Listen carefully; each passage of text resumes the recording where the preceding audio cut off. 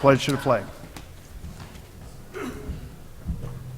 Pledge allegiance to the flag of the United States of America, to the republic for which it stands, one nation, under God, indivisible, with liberty and justice for all.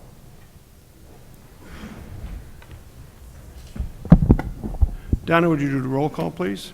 Commissioner Wolf, Present. Commissioner Oxley, Yes. Commissioner Portillo, Here. Commissioner Thies, Commissioner Likens, Present. Commissioner Maloney, Commissioner Valana, or President. Thank you. We need a motion to approve the July 13th Planning Commission meeting minutes. So move. Second. Do you have any comments or questions?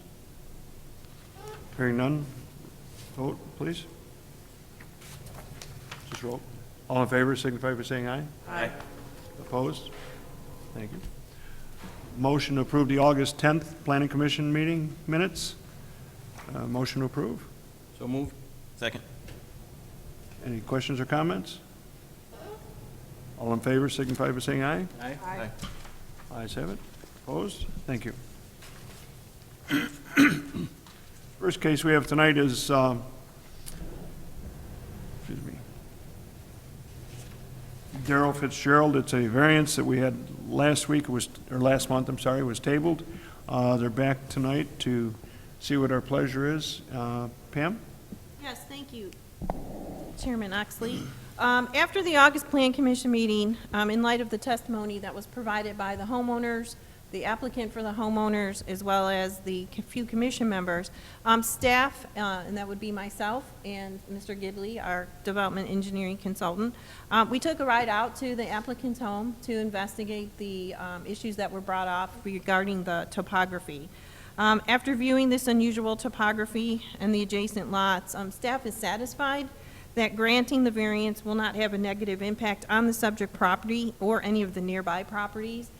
In working with Attorney Thanis, who unfortunately could not be here this evening, but he is available by phone, should there be any questions or concerns by the commission, I can reach him immediately.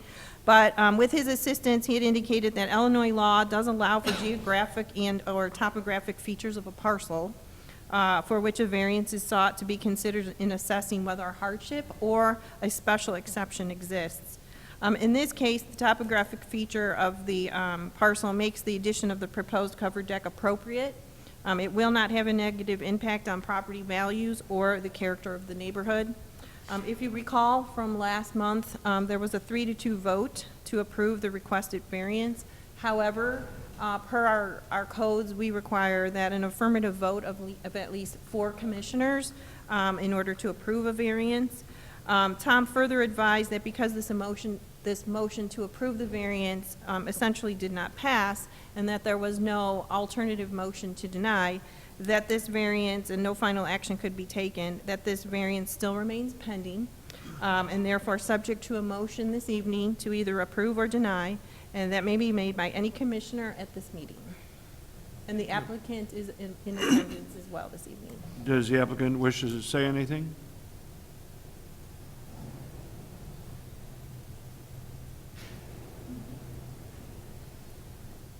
Good evening, everybody.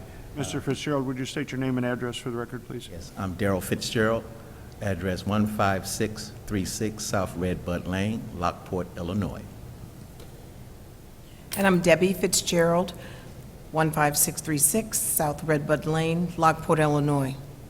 I would like to thank you all for your follow-through and coming out to actually take time and do the measurements and looking at our property to consider our personal issue.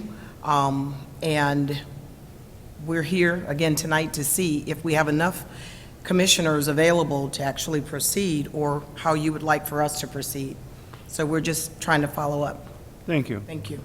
Before we, any further, anybody have any issues on this? I have a few things. I wasn't here last month. I was on vacation with the kids having fun on the beach. Sorry.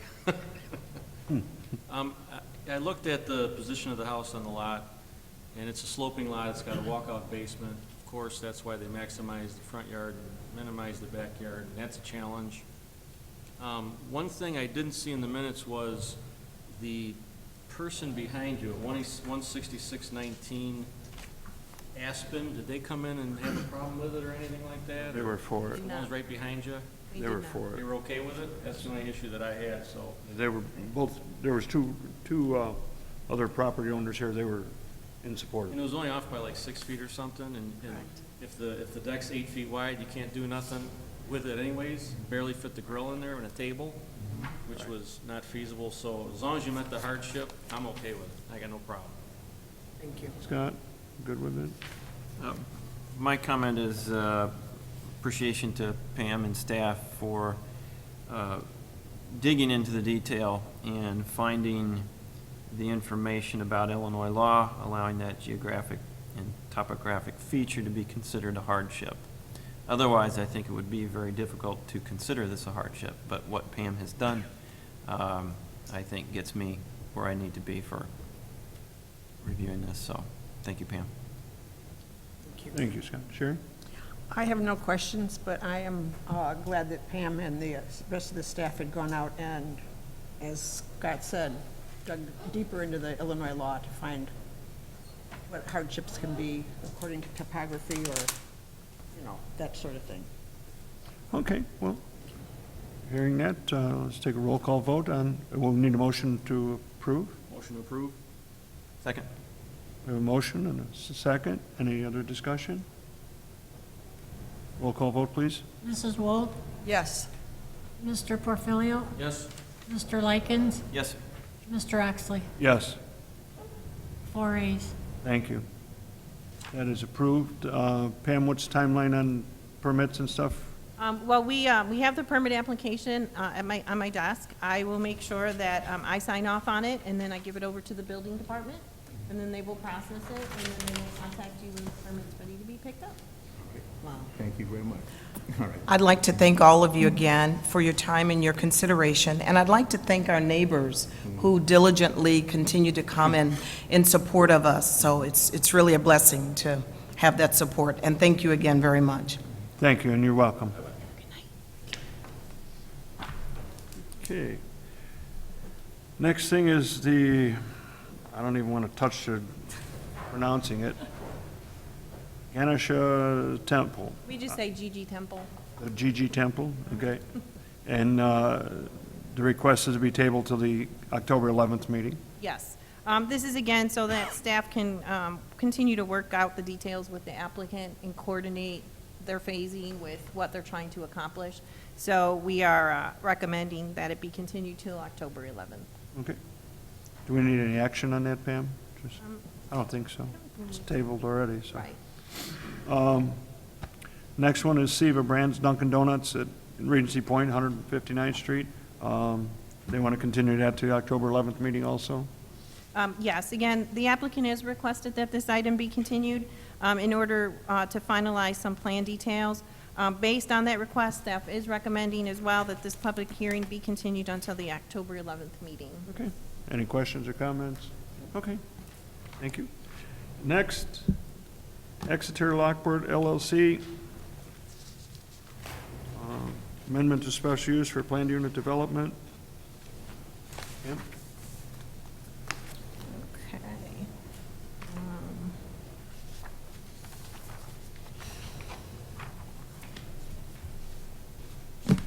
Chairman Oxley, did you want me to make the presentation first, or do you want the applicant to make the presentation first? Pick your poison, whatever. Tom, go ahead. You would rather me?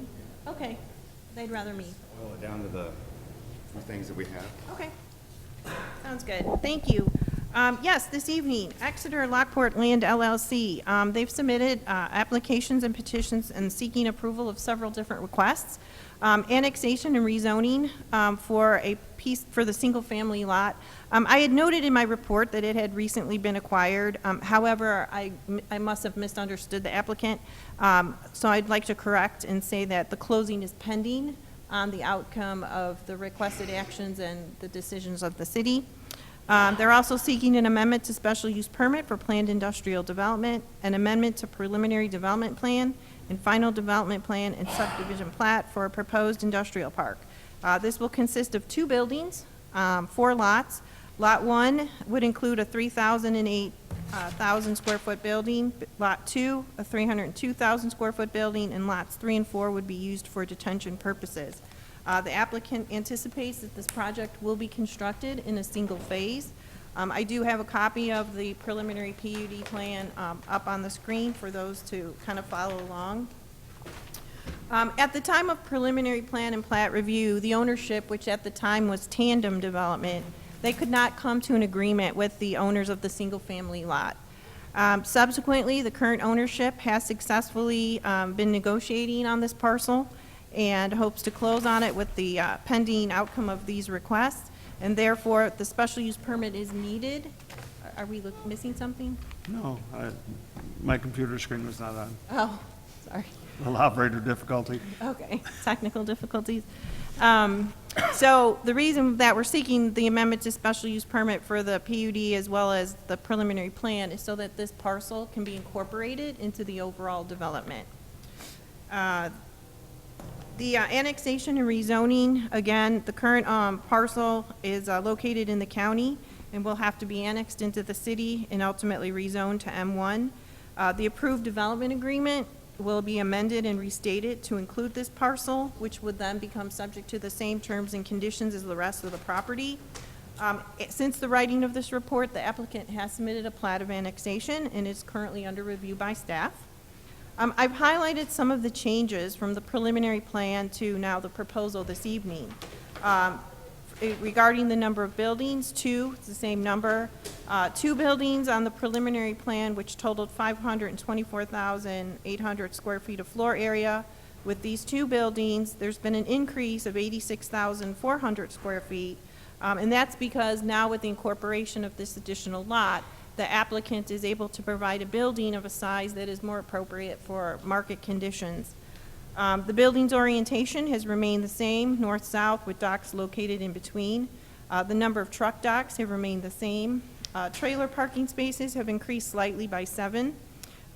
Total parking spaces, they're reduced, but based on our zoning ordinance, they do comply with what the zoning requires. Green space, in the original plan, there was a reduction from 35% to 34%. On this proposal, it's a further reduction from 34 to 32. The lot areas have slightly increased, but again, that's because of the incorporation of that lot. And then we only have 4 lots now instead of 5 because the detention area, which on the previous plan had been divided into 2 lots, is now in a single lot. I've included the plat of subdivision, and as I noted, it illustrates 4 lots. All of the lots do comply with the city's requirements. In addition to the subdivision, the plat also includes a 40-foot right-of-way dedication along 163rd Street and a cross-access easement for future cross-connection with the property to the east. The final site plan, again, consists of 2 buildings. I've identified the applicable bulk regulations. And what I'd like to note on a couple of them is with regards to the front yard building setback, a 60-foot transitional yard is required. And with the location of the detention ponds, the setback is essentially 250 feet for both lots, which is pretty substantial.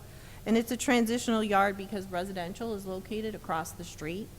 The rear yard setbacks are being met. The interior side yard setbacks are being met. Lot coverage is met on Lot 1 with 40%, and Lot 2 it's slightly over by 44%.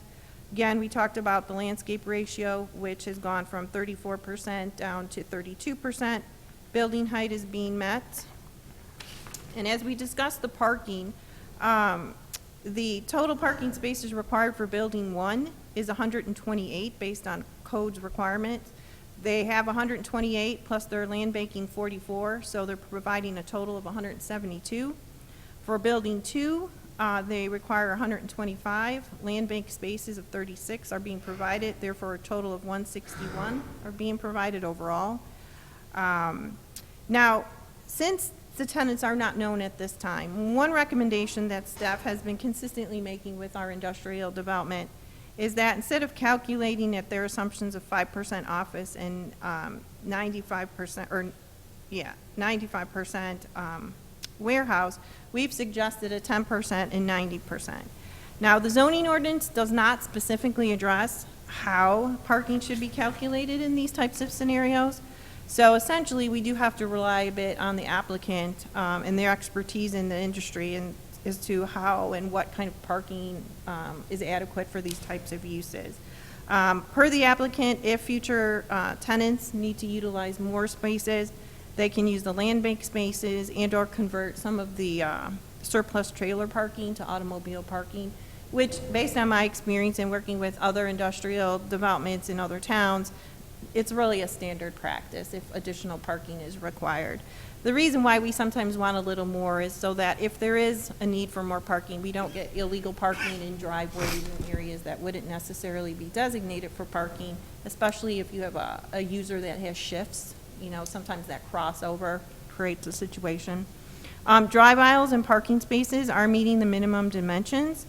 And then with respect to loading requirements, again, this is, our traditional requirements as outlined in the ordinance is not practical, nor does the city address trailer parking. So once again, we rely on the applicant to know the market conditions and provide for docks and trailer parking accordingly. This plan references 90 docks and illustrates 98 trailer parking stalls.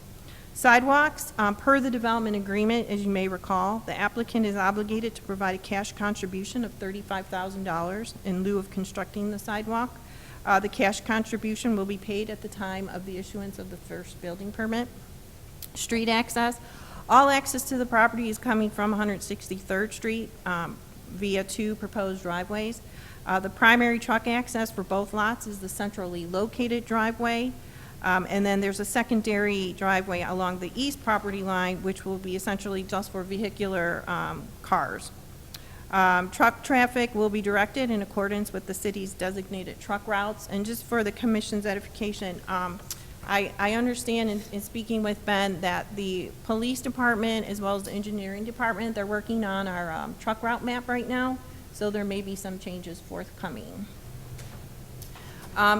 The one issue that remains on access is that during preliminary discussions regarding the east driveway, the city had indicated that the driveway should align with Sagebrook, which is located on the south side of 163rd Street, not 16 Red Street.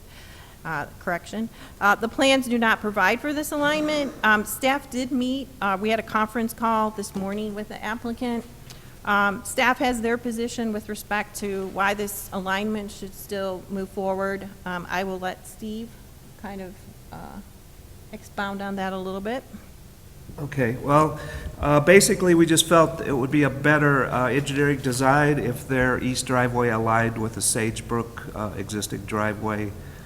What they have on their plan is 170 feet approximately offset in those 2 drives.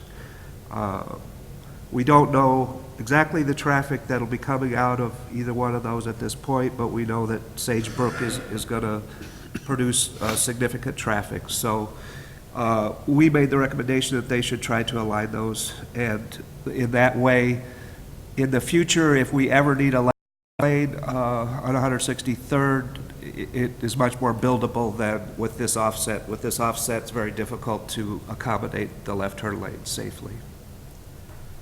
And then the applicant will discuss this evening with you their position on the alignment. Also, too, a traffic study was submitted at the time of preliminary review. And though the report found that overall this project in itself would not have a detrimental impact on the overall operation of the intersection of 163rd and Gauger, it was noted that there would be a future installation of a signal and that it would be predicated on projected traffic increases, not only from the build-out of this project, but from Sagebrook as well as Panettone's 355 Corporate Center. Per the approved development agreements for all 3 of these properties, there is a proportionate share or contribution that each applicant was required for the future signal. For this applicant, a $50,000 contribution is being required, and again, will be need to be provided at the time of the second building permit. But since they'll be building it in phases, we will probably get that money sooner rather than later. Trash, it's anticipated that containment will be kept inside the building. If future tenants should require the use of a dumpster or compactor, we'll need to work with the applicant to make sure that it's enclosed and screened properly. Also included are the building elevations.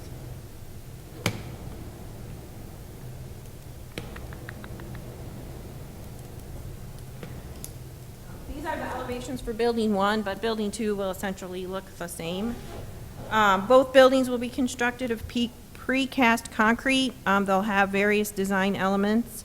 They'll be very similar buildings to what we currently see out in the other developing business parks, such as Heritage Crossing Corporate Center, as well as 355 Corporate Center by Panettone. One of the things that the applicant is providing that we had requested is screen walls, which will have a height of 11 feet, and they will be provided to screen the truck dock areas from 163rd Street. The screen walls will match the color and materials of the primary buildings. The building height is being met with both of these. Rooftop mechanical equipment will be screened from view by a parapet wall.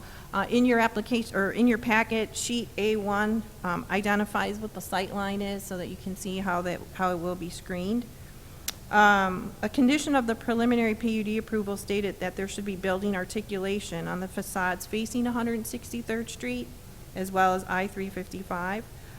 The applicant has provided facades facing 163rd Street that have additional reveals, pattern, and step panels, and this will enhance the articulation addressing the street. The final landscape plan, which is included in your packet, yes, they are seeking a further reduction from what was approved at the preliminary level from 34 to 32%. However, I just want to state that the applicant has complied with all planting requirements in each yard area, as well addressed all of staff's comments related to the landscape plan. A condition of the preliminary PUD stated that the installed height of the evergreens used to screen the truck courts should be increased from 6 feet to 8 to 10 feet, and that some of the plant material on the north side of the property should be relocated to the south side along 163rd Street. If you recall, that came up because on the north side, it's essentially the developing Lockport Square, so it's a non-residential use. And I believe one or two of the commissioners had referenced that it would be better to bring it to where it's going to have the most impact, which would be across from residential as opposed to across from the commercial. The applicant has complied with this condition. The south area, as I noted earlier, is considered a transitional yard because the property to the south is residential. And though the detention ponds are shown, there, and it creates a significant separation just based on that design. The applicant is also including a 3 to 4 foot high berm, and this berm will be landscaped in accordance with the transitional yard planning requirements. Another interesting point I'd like to identify is that these ponds will be planted with native material. However, the area outside the ponds will be planted with traditional material, which will allow for a neat and manicured appearance. And that has been an issue that we've been kind of contending with on various properties. Even though we all advocate native plantings and we all know at the same time sometimes they don't always present the type of appearance that looks well from the street. So we've come up with a solution which we hope will address those issues and concerns. A site lighting plan is included. The applicant has provided details and cut sheets for all the light poles as well as the wall-mounted lighting. All lighting will be bronze-colored, metal halide 400-watt fixtures. They will be fully cut off.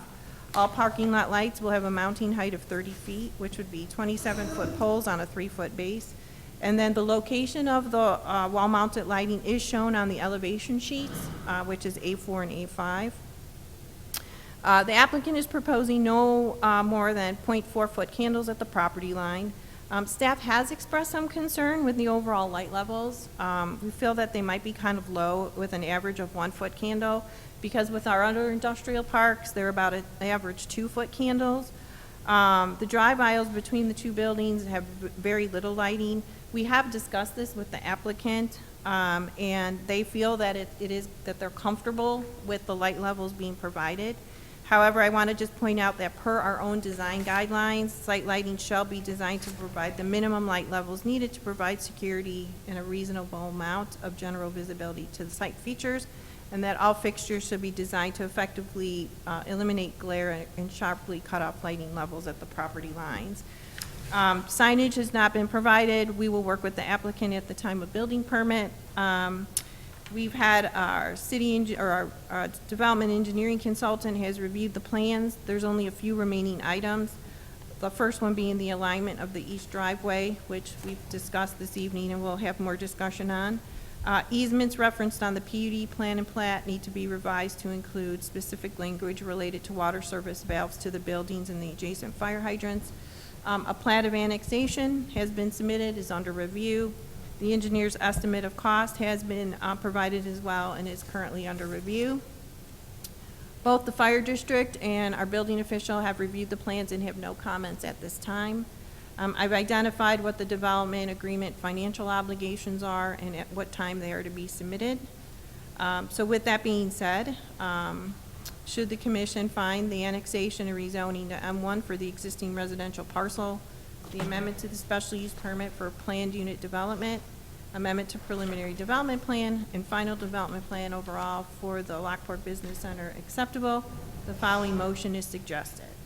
A motion to approve the annexation and rezoning to M1 for the existing residential, a motion to approve an amendment to special use permit for planned industrial development with the following deviations from the zoning ordinance, a decrease in the overall landscape ratio from 0.34 to 0.32, and an increase in the maximum lot coverage for building 2 from 40% to 44%.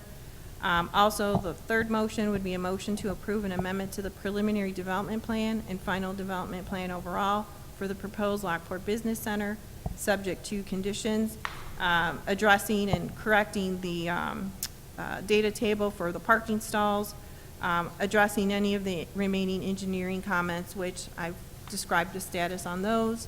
And then just a couple of our standard conditions, which would be prior to the start of construction, that they have to submit a financial guarantee and the required inspection fees in accordance with the city's development code.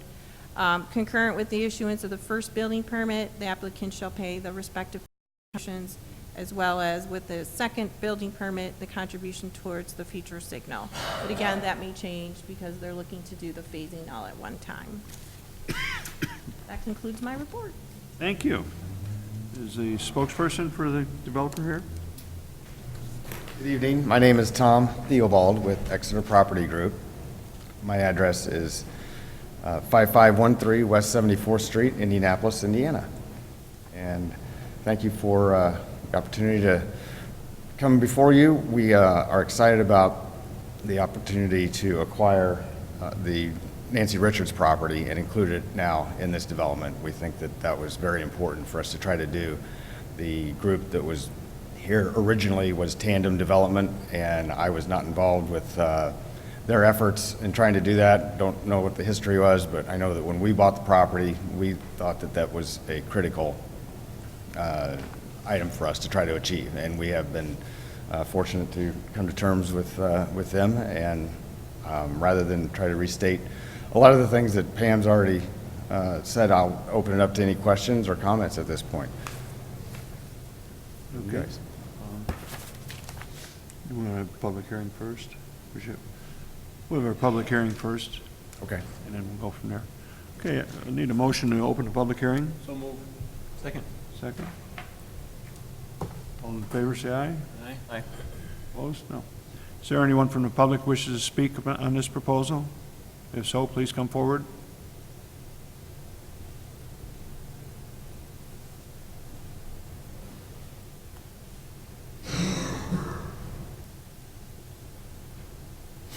My name is Tony Superowski. I live at 16424 West Split Rail Drive in Lockport, Illinois. Just one of my concerns, I know I live right behind Panduit. Their trucks don't run late at night, so I was just wondering how these were. I know you guys were talking about having the entryway adjacent to, or the, just across whatever the... Sagebrook, yes. I was just wondering what, like, since it's getting close to the residential area, what times are the trucks going to be able to run at? I know a lot of trucking things do run late sometimes, especially loading. My cousin used to be a trucker and stuff like that, so we would do late night runs, sometimes 1, 2 o'clock in the morning. So that being said, I was just wondering about the time frame, what ordinance is actually out there for trucks running down that one-lane street.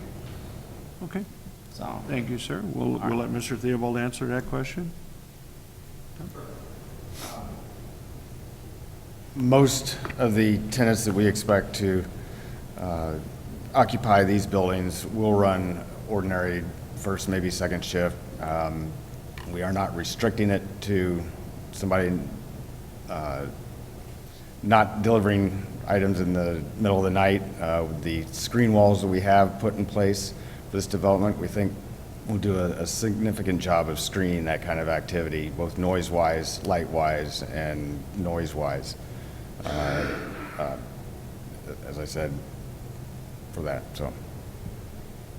Okay, thank you. And then also, if we could just point out, normally Mr. Maloney would indicate this, but the whole issue about the truck idling, it's prohibited by law. Thank you for reminding us, Pam. Thank you, Tom. Okay, motion to close the public hearing?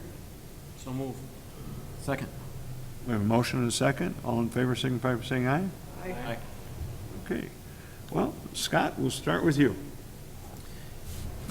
Questions? I have two questions. First one, I would actually ask Pam, did your review and work with the applicant on the 11-foot high screen walls to screen those truck dock areas, was there any discussion about having berms and evergreens provide that screening as opposed to a concrete structure? And I would defer to your preference on that and staff's preference on that, but just thought more greenery may be better, but if there's an acoustical issue that Sure. can't handle. Well, I think it addresses two issues. It does address the acoustic issue, which is definitely better than what a berm and landscaping would do.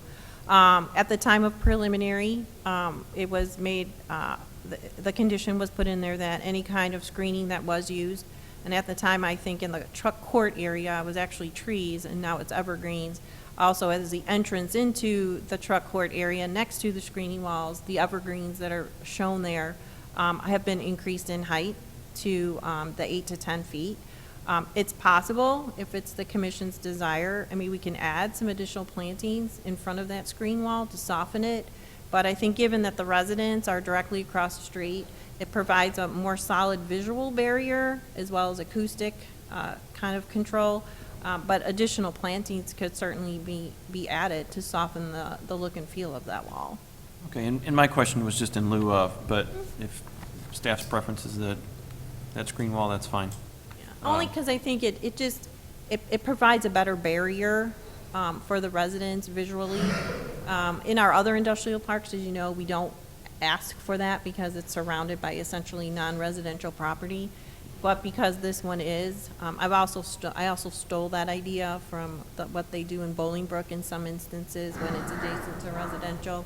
And it can be very effective. But again, if the wall is a little too much, we can ask the applicant to provide some additional plant material. Okay. And then my second question, the site lighting is mentioned as metal halide, 400 watt.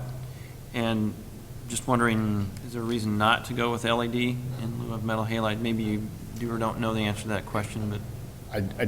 I have somebody here that could help Okay. answer that question, if you don't mind. And I'd have one of our design build team members introduce themselves and talk about the Sure. lighting. My name is Joe Pomeranke. I'm with Arco Murray Design Build. I'm located at 3110 Wood Creek Drive in Downers Grove, 60515. Industry standard traditionally for this type of building has been metal halide. Obviously, with the advancement in LED lights, we're seeing that more and more. Frankly, we'd be happy to do LED. I think most communities around here prefer to have consistency in the lighting because the color of an LED light is a little bit different than the color of a metal halide light. That said, I assume if it's okay with the municipality, the LEDs are virtually the same as they are metal halide today. It can be either one. We have no restrictions on that, just as long as it's meeting the light levels and the cutoff fixture. I look at it as a sustainable, Sure. most sustainable fixture you can Yeah, find out save there. as long as you operating get costs over time. Good quality. I think you will see more and more LEDs as opposed to metal halide and the others, I think, as time goes on. But just a question. Yeah, and I don't know what the Panduit facility currently has. I mean, I think it might be mindful of us to just take a quick run over there at night and see what color light so that we can maintain some consistency for the city. Also, potentially looking at what's happening on 163rd. The light output on that roadway, if it's a different color, sometimes that can be bothersome as well. So I think Well, we just try to be consistent. The other part of the LED, you can control the color rendering index on it as opposed to metal halide and Sure. the other sodiums. It's terrible color. So if you have security cameras out there and you need a particular color on something that's happened, your LED has the opportunity to give you more precise video or pictures if you need them. Sure. Okay. And then I'll be interested to hear your part on the alignment of the streets. I think that's important. So that's.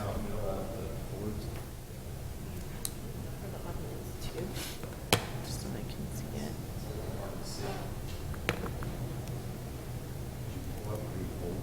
First, Sure. any chance? Yeah. So that would be preliminary. So when you go back in, just do amend. Okay. Okay. On your screen was the original preliminary PUD that was presented by Tandem and approved.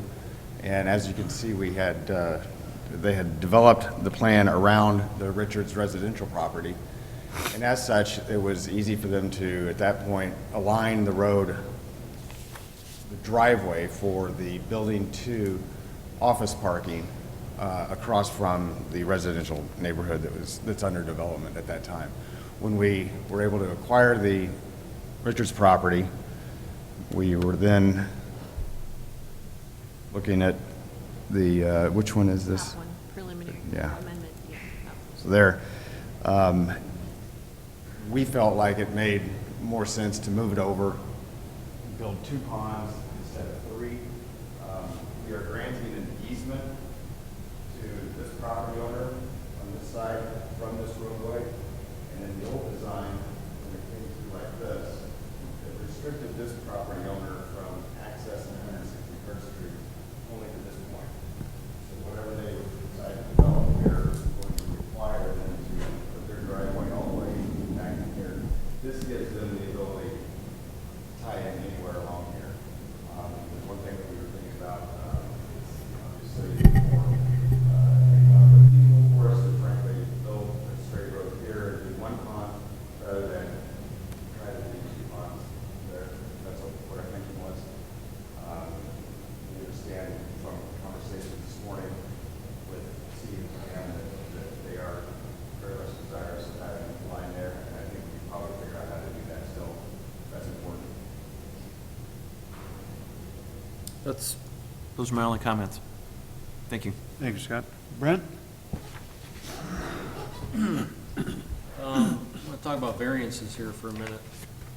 Our last case, we put the homeowners through the ringer for trying to grant the variance to them. And from what I can tell, the last time you were in front of us, before this parcel was acquired, I don't know if there was any variances for landscaping or lot coverage or parking stalls or anything. Now, all of a sudden, we're asking for variances. And I don't know what the problem is and why you can't meet these required guidelines that we present when it's a new installation. I'd like an explanation on why the landscaping can't be 2% more, why the building coverage can't be 4% more, why you're losing 55% of your stalls, why you can't meet the lighting variance with brand-new lights. Please explain those 4 things to me. There has to be a hardship for us to pass the variance. So I just want to hear your hardship. That's all I want. If I could just interject, first of all, the light levels is not a variance. I mean, because we don't really, other than stipulating what the minimum has to be, we don't have any requirements specifically. The issue regarding the parking, they are meeting the parking, Hold on a second. If they don't meet the minimum requirements of lighting, that's a variance. but they are meeting them. They're just lower than what? Well, they're not. It's got to be zero with the property line. It's got to be 2-foot candles. And other developers are able to meet it. I just want to know why they can't, that's all. Yeah, it's not specified in the code that it has to be a certain thing. It's just that was the preference that we've just been working under because of other developments in town. The only requirement in our code is 0 lot line. Okay. As far as candles, we don't have a requirement. We've Well, been for going. security We reasons, should have, well, we there's a should lot of have, spots in and the we've lot. had this conversation So many I times. just want them to explain why they need variances on these things, what the hardship is. That's what I'd Well, like to it's know. technically not a variance. Well, and I just, Worded as a variance. I've been but- on here 8 years, and I've never had a problem with lighting being met for these large developments. I've never seen it yet. That's why I just want to know what the problem is. and just for the record, I just also want to clarify too, is that the variance associated with the PUD are evaluated differently than the variance that are based on hardships. It's a complete With different. the PUD variances, there are, or deviations from code is probably the more appropriate terminology, is that, you have some flexibility because that's how a PUD is structured, is to provide more flexibility. But I just want to note that they are not based on hardships in this particular situation. With respect to the buildings and the landscape ratio, which are 1 and 2 in our minds, but kind of the same thing. When we were able to pick up the residential property, we desired to get enough building on the site to justify the cost of acquiring the residential property and including it in the overall development. And that's why they are where they are. What we've attempted to do in order to sort of compensate for the larger size and the slightly less landscape ratio is orientate the buildings further back off of 163rd Street with the ponds in the front of the site. That was already the case when we originally had done it, but that does have the effect of setting these things back 250 feet. We have also orientated the landscaping to 163rd Street substantially in order to put it where it has the most impact to screen these buildings from the residential to the south. I think it's important to note also the overall area is being. I think it's very important to note also that the overall area on an individual lot basis exceeds the 40% for building 2, but if you look at the overall development area and the percentage associated with total coverage on the overall, it's actually 35%. So I think that the way we've delineated the lots in the final development plan is sort of putting us at a disadvantage for the way that calculation is being made. I think when we looked at the overall ordinance and the overall initial approved development plan, we knew that we needed to stay below 40% for the entire development, and we believe we've satisfied that at 35%. That makes sense. So can you explain about the lighting? So, as they were discussing, the lighting is not a specific requirement as it relates to foot candles. Generally speaking, we have an opportunity to build all over the country, and believe it or not, in most municipalities, they're demanding as little light as possible. And so, given the opportunity here to have an average of 1 foot candles over our parking areas, we feel like that's more than adequate for security purposes. In fact, most of our prospective tenants would prefer to have as little light overflow as possible. So what would it take to get zero with the property line?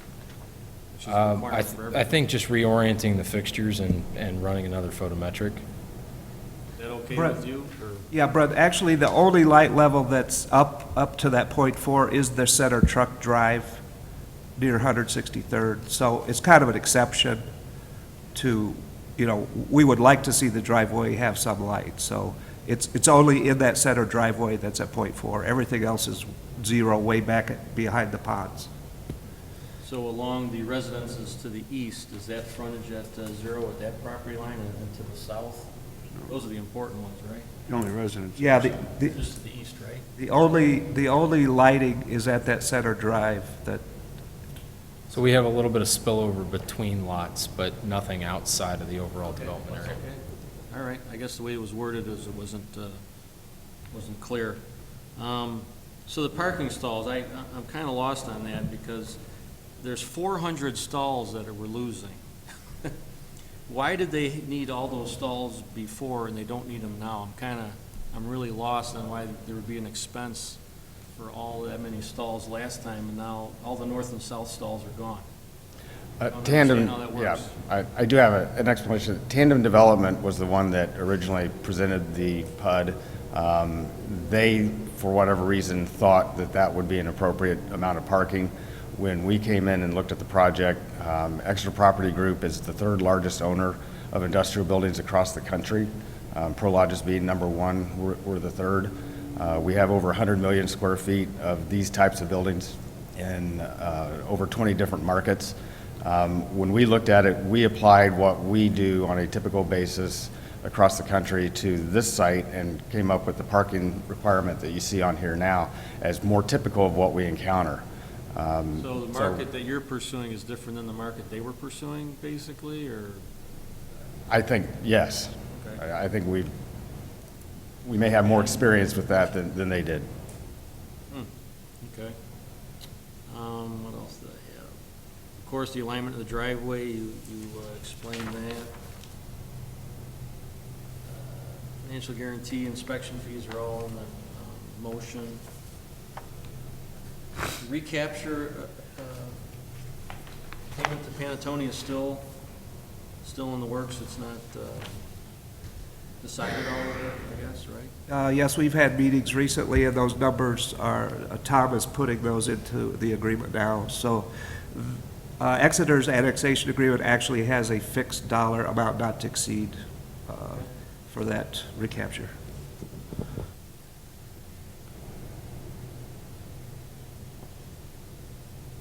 All right, that's all I had, thank you.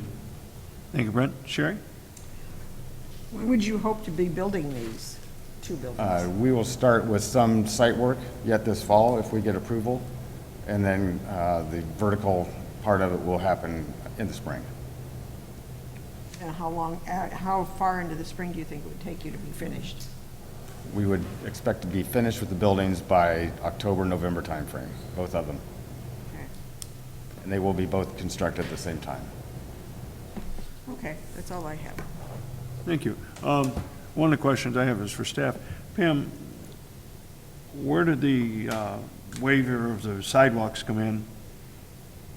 That came in at the time of preliminary. I believe, and help me. Yeah, our director of engineering at the time was involved with the review of the initial PUD before Steve kind of took over Right. after January 1st. And I believe there was the discussion initially that it needed to be put in, but then if it was put in, it would basically lead nowhere. And so the agreement then was that, okay, you don't have to put the sidewalk in now, but you need to provide it, the cash contribution so that the city can put it in at a time certain when it would serve a purpose. Okay, so that money will be banked for future usage of sidewalk? Because I've seen many times where we don't put a sidewalk in, and then 3 years later, we're putting sidewalks in, and we've gotten no cash contribution, didn't make the developer do it. It's like, where are we going with this? Right. So, With okay. all of the contributions, when they're received, I will ask that they all be supplied on individual checks. And then we will work with our finance department to make sure that they're appropriated to the correct funds. Okay, thank you. And then, I assume you have no known user yet. I gotta see his name here. The homeowner spoke about truck traffic. Your verbiage was such that, okay, is there any requirements when you get a user for that you will have to eliminate truck traffic from midnight on or anything of that nature? What's your plans there? Our understanding is that the original PUD that was approved, the preliminary, did not require any certain hours, restricted hours of operation. So we were unaware, coming into this meeting, that that was going to be an issue for this. Well, it's not a condition, it's a concern. Right. We have residents that live across the street, they're just asking the question. So what, I mean, do we have a guarantee of any nature? And we've had developers come, well, it's not our intent. Well, I know your intent, but tomorrow morning it's going to change. And not saying yours would, but it has in the past, but. Are most of your buildings that you're accustomed to in this market users at midnight? Or, as you said, first and second shift? That's probably a rarity for the particular users that we have, but it's not something that we restrict our tenants from doing if they need to. Right. Okay. Well, I would hope you would just be, in your thoughts, just a good neighbor here. Just. Okay. Okay. Hearing no other comments, do we have a motion to approve? What's your pleasure here? Make a motion to approve using staff's recommendations. Do we have a second? Second. Could we have a roll call? Any discussion? Roll call vote, please. Before you take the roll call, are we adding in the conditions about adding more landscaping in front of the wall and changing the lights to LED? Not a condition. I was just asking the question. Okay. However, I do Yes, want the to see. lighting is developer's choice, basically. I mean, our ordinance doesn't You specify. can't tell them to do it. Okay, And the wall was more a question to you. okay. Right. On your Just wanted preference. to make sure you didn't want them The added. lighting was just a question. But the work on the driveway with you, That has to be addressed. part of this, correct? So does the commission want it aligned? Yeah. Mm-hmm. So that would be an additional. That's one of the engineering comments, and it's in your motion, I think, right? Or your recommendation, correct? Well, that it would need to be addressed, but we would also need direction too, because we have our opinions, they have theirs. We would like to follow the recommendations of the development engineer. We agree with your opinion. If not, we'll have people back here in the coming years complaining, for sure.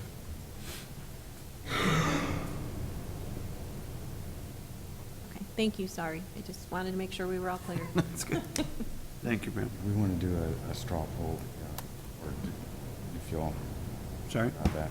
Are we good to move forward with, We have a roll call vote, but we're just comments, so. okay. You ready to go? Roll call, please, Donna? Mrs. Wolf? Yes. Mr. Portillo? Yes? Mr. Lakin? Yes. Mr. Oxley? Yes. 4 ayes. This will go to, when does this go to city council, Pam? This would be scheduled for, be the first one, no, the second one? Second one in October? Me? Second one in October. Okay. However, just so that the commission is aware, they do have the ability through their development agreement to start moving dirt before they have final Right. engineering approval. So we may see some, Steve will work with them, but we may see some activity of some dirt moving out there. That's pretty much standard, so. Yeah. Okay, fine. Thank you very much. Thank you very Good much. evening. Thank you. Okay, do we have any citizens to be heard from the public? Anyone wish to speak? Anyone from the public wish to speak, On this matter here, just, or whatever? yeah, no, I just had a question, sorry. Because you've got the center road right now. Come on up to the podium. You have the center road right now, but they build the, they're putting the street across from the townhouses and everything like that. This corner, right. But eventually you guys plan on, if the more traffic happens, you guys are gonna put a light. So are you guys gonna change the center driveway? I don't think there is a light. The light is at the corner of Gallagher Road and 163rd Street, east of the interstate. Say that again? Traffic signal is east of the interstate at Gallagher and 163rd. Oh, so you're saying that? Not here, not at this intersection, Oh, yeah. that would be only, okay. No, because I thought it was gonna be right across, so then eventually the lights would go for that town, for the townhouses and there, so that they're always gonna. There's nothing planned at this time. All right. Thank you. Under Chairman's report, we've had some issues with people not coming to the meetings, not notifying staff they're not coming. We need to get on this and notify staff and the chairman that you'll be in attendance or you won't. I mean, we're getting into situations where developers are here and we don't know if we can approve it or not if we don't have the right amount of people here. We need to know this. It's not fair to the other commissioners, to staff, to the developers, and we need to address this and become diligent on it. It's become quite an issue in the last few months here. We've had a couple times we almost didn't have a quorum, and stuff like this, so let's step it up, fellas. We signed on to do a job, let's do it. Any other questions or comments? I would just like to note, staff is going to be purchasing all of the Plan Commission members, as well as all of my H&A Commission members, plastic file folders that your packets will be distributed in, so that we don't have to keep generating paper and those kinds, and they will be your permanent files folders. And what we would ask is when you get your plans, that you bring those back to the meeting and leave them with me before you leave, so that we can refill them again later the following month. You're not gonna pick them up? No, and if you don't attend a meeting, you Be will need to fined. drop yours off. I And think you'll we be should fine. impose a fine. It's just that it'll just be a lot easier, and then we go through a lot of envelopes and a lot of staff time preparing these things, so if we have one folder, we can just use them repeatedly. It saves us time, and it's much more cost-effective, as well as environmentally friendly. Sounds fantastic. Thank you, Pam, for thinking of that. Was that your idea?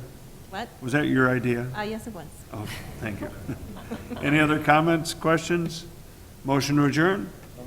Second. All in favor, signify by saying aye. Aye. Opposed? Thank you very much.